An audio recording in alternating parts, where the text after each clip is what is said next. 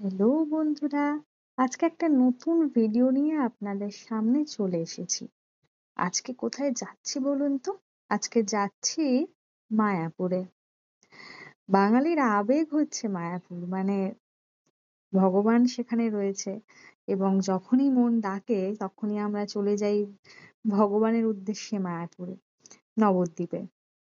তো আজকে প্রচন্ড গরম ছিল যখন বেরিয়েছিলাম এবং রিসেন্ট কিছুদিন খুব গরম পড়ছিল, কিন্তু আজকে বেরোনোর পরে এবং শিয়ালদা থেকে যখন আমরা নবদ্বীপগামী ট্রেনের মধ্যে উঠে পড়েছি, গিয়ে কৃষ্ণনগর নামবো এবং তারপরে যাব, দেখছি আকাশটা পুরো কালো হয়ে গেছে এবং এত সুন্দর একটা ওয়েদার চলে এসছে, মানে একটা মিষ্টি সুন্দর হাওয়া বইছে এবং খুব ভালো লাগছে। মানে গরম নেই এবং একটা ঠান্ডা ফুরফুরে হাওয়া দিচ্ছে, অসম্ভব ভালো লাগছে। এবং এই যে মাঠটা এবং তার উপরে আকাশ পুরো কালো হয়ে রয়েছে এবং মানে ওটা দেখার পরে আর কিছু বলার নেই, জাস্ট কিছু বলার নেই।